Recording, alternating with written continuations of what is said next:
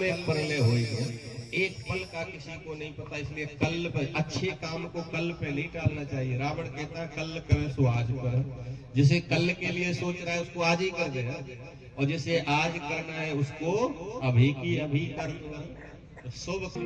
पांडवों ने बड़ा स्वागत किया, लेकिन भगवान कृष्ण ने पूछा पांडवों से, क्यों भैया तुम लोग राजसूय यज्ञ कर रहे हो, एक बात बताओ, राजसूय यज्ञ तो जब होता है जब सब राजाओं को जीत लिया जाता है, तो क्या तुमने सब राजा जीत लिए? पांडवों ने कहा वैसे तो सब जीत लिए हैं, एक राजा हमसे रह गया है। कौन रह गया? जरासंध। भगवान ने कहा उसको जीतना तुम्हारे बस की बात नहीं, क्योंकि उसके साथ तो हम भी युद्ध कर चुके हैं। हमारे संत अर्जुन को भीम को संग लिया और क्या बन गए? सीताहरण करने। अच्छा ज्यादा करे देखो, कितने भी काम जो होते हैं वो संत ब्राह्मण वेश को ही लिया। काल नेमी ने किसका वेश धारण किया? हनुमान जी को रोकने के लिए संत का वेश धारण किया। अच्छा रावण ने जब जानकी चुराई तो किसका रूप लिया? संत का। तो ये संत वेश बड़ा प्रधान है महाराज। और ये भी ध्यान रखना चाहिए कि अब दोनों बातों का ध्यान रखना चाहिए। इसका मतलब ये नहीं सोचना चाहिए कि रावण ने जब जानकी चुराई तो वो संत बन के आया था, काल नेमी ने हनुमान जी को रोकना चाहा तो संत बन के आया था, और भगवान अर्जुन के यहाँ जरासंध से युद्ध कर तो भगवान मुस्कुरा रहे थे। अच्छा भगवान की मुस्कुराहट को देख के एकदम से जरासंध बोला, ऐसा लगता है जैसे हमने पहले कहीं आपको देखा है, पहले कहीं हमने देखा। भगवान को देखा होगा, हम तो घूमते फिरते रहते हैं, कहीं विवाह शादी है, कथा कीर्तन पूजा पाठ इधर उधर घूमते फिरते रहते हैं, कहीं पूजा पाठ करवाते हुए किसी शादी विवाह में मिल गए होंगे, देख लिया होगा। हाँ हाँ तो ठीक है देखा होगा। बताओ पंडित जी क्या चाहिए है? तो तुरंत भगवान बोले युद्धम देहि राजेंद्र। अरे राजन अगर आप हमें भिक्षा देना ही चाहते हो तो हम तो ये कहते हैं आप हमसे युद्ध कर लो। युद्ध, हमको युद्ध दे दो। युद्ध नो दे ही तुम हो कौन पहले तो ये बताओ। किसी ने पूछा अच्छा जरासंध ने कैसे पहचान लिया ये बात से? तो जरासंध ने इसलिए पहचान लिया, जरासंध बोला देखो कोई संत ब्राह्मण आता हमारे द्वार पर तो वो चाहे जो मांग सकता था, सोना मांग ले, हीरा मोती पन्ना पुखराज नीलम मणि माणिक मकान दुकान कुछ भी मांग सकता था। ले अगर आपने युद्ध मांगा है तो आप ब्राह्मण नहीं, क्योंकि संत ब्राह्मण युद्ध नहीं चाहते हैं,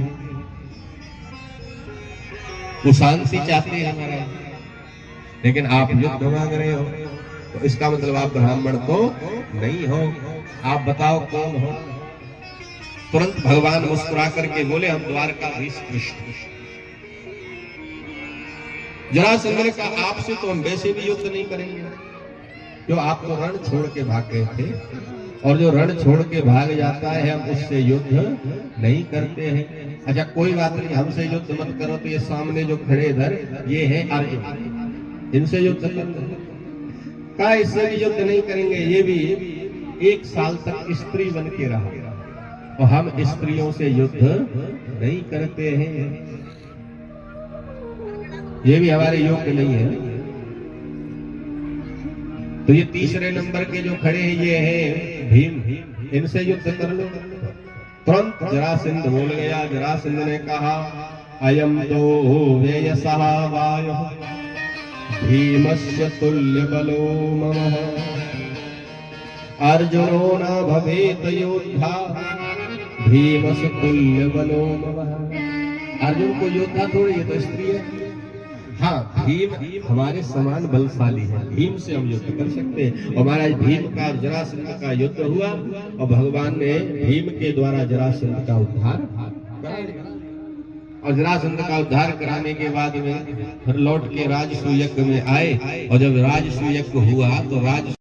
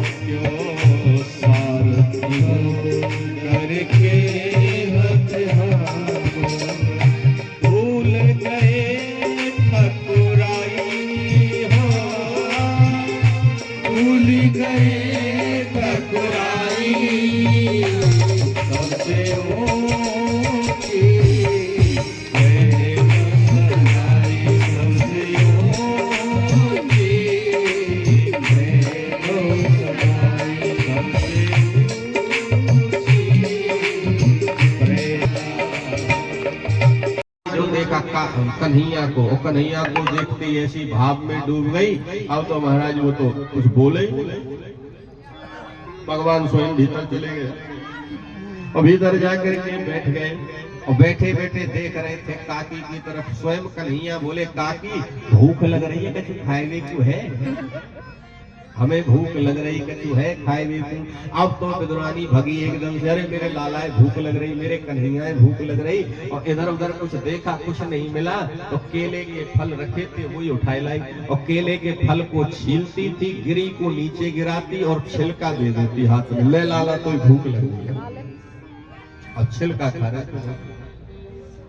गिरी सब गिर जाती थी, छिलका कन्हैया के हाथ में, और छिलका खा रहे थे। विदुर जी बाजार से आ गए, विदुर जी ने आके देखा, हे भगवान ये क्या हो रहा है?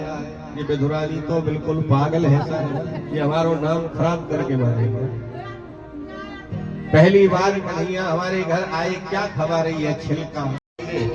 वाह, हमने सुना है कि तुम्हारे जो पति है ना, हाँ, उनके मित्र है द्वारकाधीश कृष्ण, भेजो मिलने के लिए, द्वारका भेजो एक बार।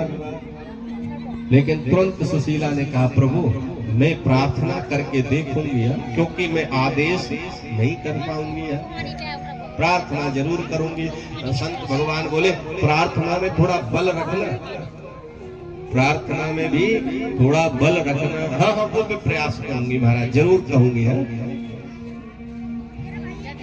तुरंत शाम को सुदामा जब लौट के जहां तहां से आए, सुशीला ने आते ही जल दिया और महाराज चरण छुआ, प्रार्थना की, और प्रार्थना करते करते बोल गई, महाराज मैंने एक बात सुनी है, हे भगवान मैंने एक बात सुनी है, हे महाभाग मैंने एक बात सुनी है। कहा तमोपे ही महाभागा साधुना, मेरे भगवान मेरे स्वामी, बढ़िया शब्दों से संबोधन किया। अच्छा, आप यहाँ माताएं बैठी, आपने आज तक अपने पति को